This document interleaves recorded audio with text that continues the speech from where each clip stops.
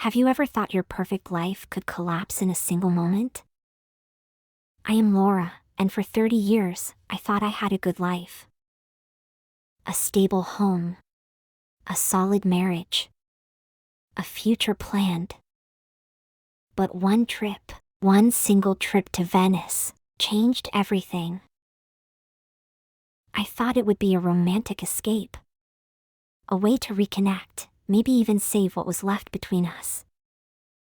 But instead, it exposed everything that was broken.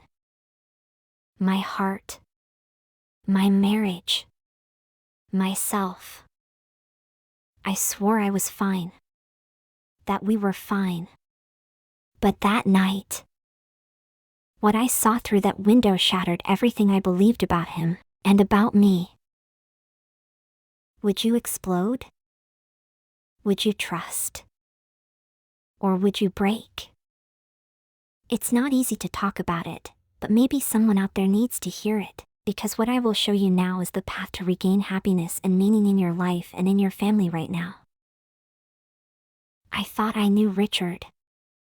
But I was wrong. I'm 52, and I've been married to Richard for 30 years. From the outside, it looked peaceful. Stable. Predictable. 2 successful careers, a lovely home, and a daughter already in college. But inside our home, it was like walking on eggshells, or living in a house made of glass. You see everything, but you feel cold. Exposed. Fragile. Richard is older than me. He's already thinking about retirement. I'm a full-time doctor. We barely have time together, and when we do, we argue. We didn't scream. We didn't fight in public. But every little thing turned into a silent war. I tried to help him to choose his clothes and helped him on how to act when he came with me to the hospital parties. He would grumble, I'd roll my eyes. It became our rhythm. He'd breathe heavily. I'd tell him to stop being dramatic. Our daughter once joked that we were too old to be this tense all the time. She was right. The house was quiet, but not in a peaceful way. More like emotionally suffocating. It wasn't a home. It was a perfectly decorated battlefield, a place where 2 tired people tried not to explode. And we were losing. Our daughter noticed it before we did. She's the one who said, "Maybe you two just need time away. Together. A trip. Just the 2 of you. Go somewhere romantic. Like Venice." So, I planned it all. The trip to Venice was going to fix us. I was sure of it. I booked the flights, the hotel, every dinner reservation. I even scheduled our walks and sunsets. Yes, sunsets. At 5:45 p.m. sharp.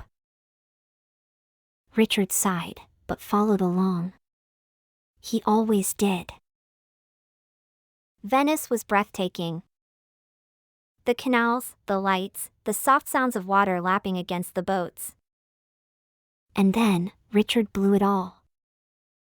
Everything was happening as planned, but instead of wearing the beige tie I packed, he wanted to improvise and choose the dark one. Just like at home.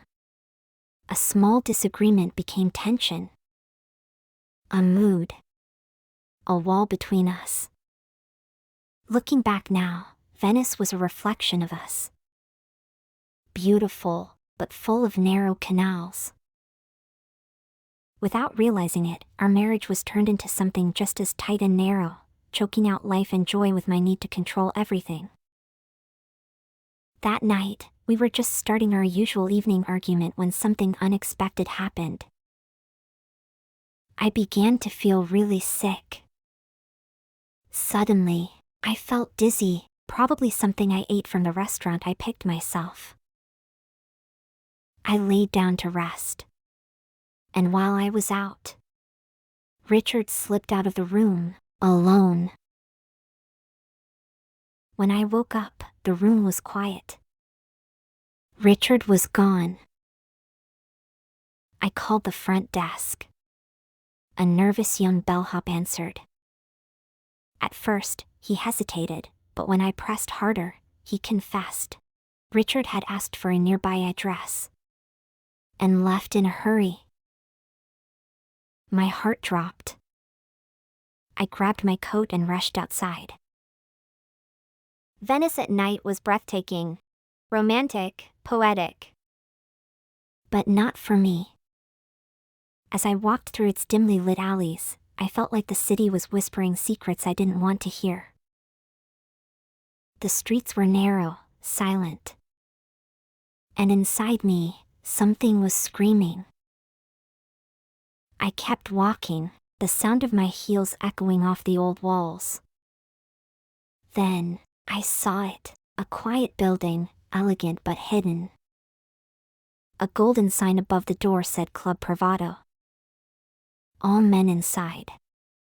And through the window, there he was. Richard. He was drinking, and then, he followed a woman into a dark room. My hands started shaking. My face flushed with heat. Was he cheating on me? My mind exploded. I couldn't think. Driven by anger and heartbreak, I stormed in like a hurricane, shoving chairs, pushing past confused men.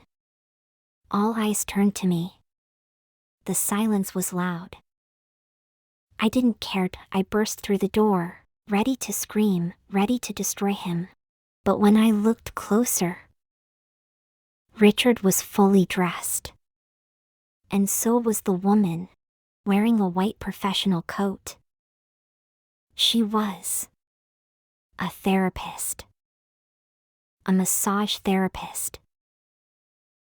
I froze. Ashamed. Confused. And suddenly, so tired. Back at the hotel, we didn't speak for a while. Then suddenly, Richard exploded. You control everything, he said. Even my breathing feels measured. You choose what I wear, what I eat, what I say. I just needed 1 hour. 1 hour to breathe without you steering the wheel of my life. I was stunned.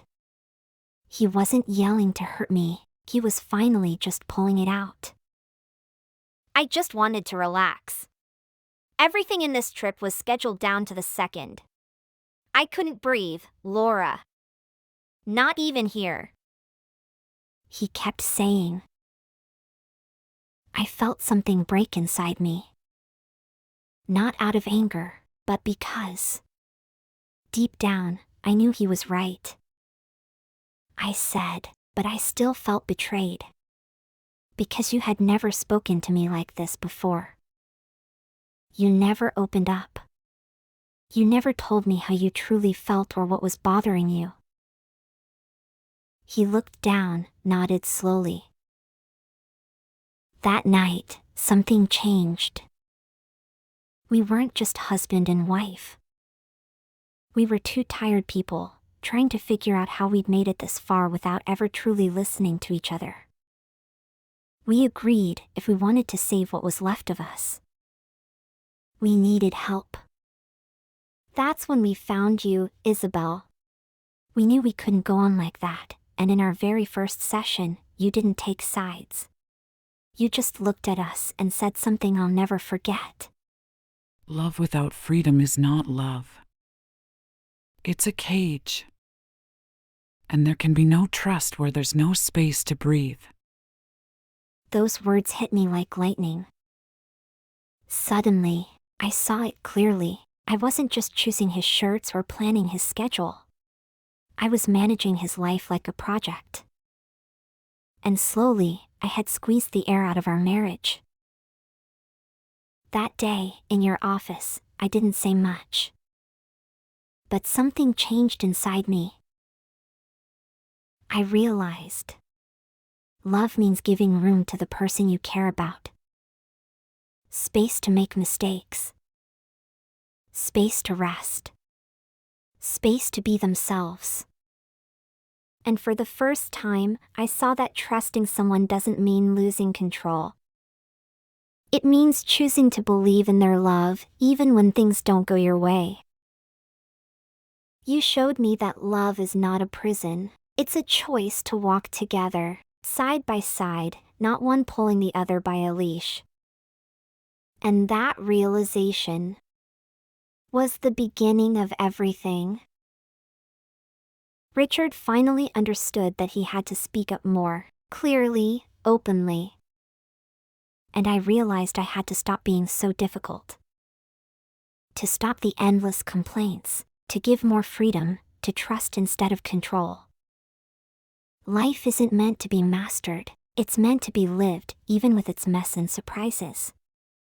But the real change happened in our everyday life. With love, trust, and freedom between us, we began to see things differently. As you guided us, Isabel, we stopped chasing extraordinary moments, because the truth is, they're rare. What really matters are the small ones. The repeated, simple actions that fill most of our days. It wasn't about Venice anymore. It was about mornings at home. Richard brewing coffee, me folding laundry. Laughing when the toast burned.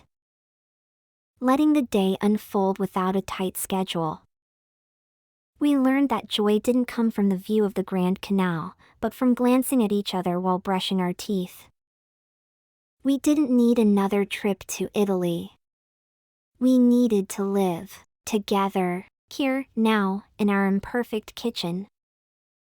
For the first time, our home stopped feeling like a battlefield. It became a sanctuary. A place where silence wasn't tension, but peace. Because when there's love, trust, and freedom, even the most ordinary day becomes sacred. I thought I needed a romantic getaway to fix our marriage. But the truth? The most beautiful journey was the one that brought us back to each other. Right here, in the middle of our ordinary life. Everyday life is extraordinary in its simplicity, if we learn to see it differently.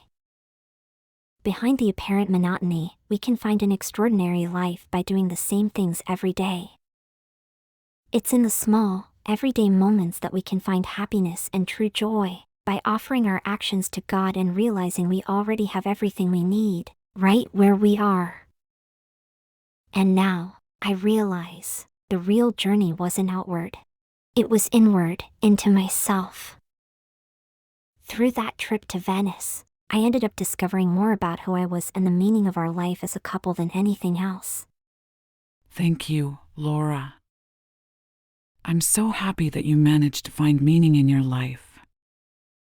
True love isn't a cage, it's freedom, trust, and a lifelong journey of learning. And most of the times, the most beautiful parts of life are found not in grand gestures or exotic places, but in the smallest details of our daily routines. And now, I want to ask you, watching this now, what would you have done in Laura's place? Would you have confronted your partner? Trusted him? Could you accept that happiness doesn't always come from extraordinary things, but from the ordinary moments we often overlook? This was the story of one of my patients at the end of her treatment.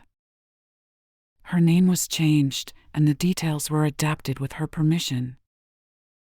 I will keep posting these stories from my psychological consultory to help you learn English and reflect on life, because I believe these are not just stories.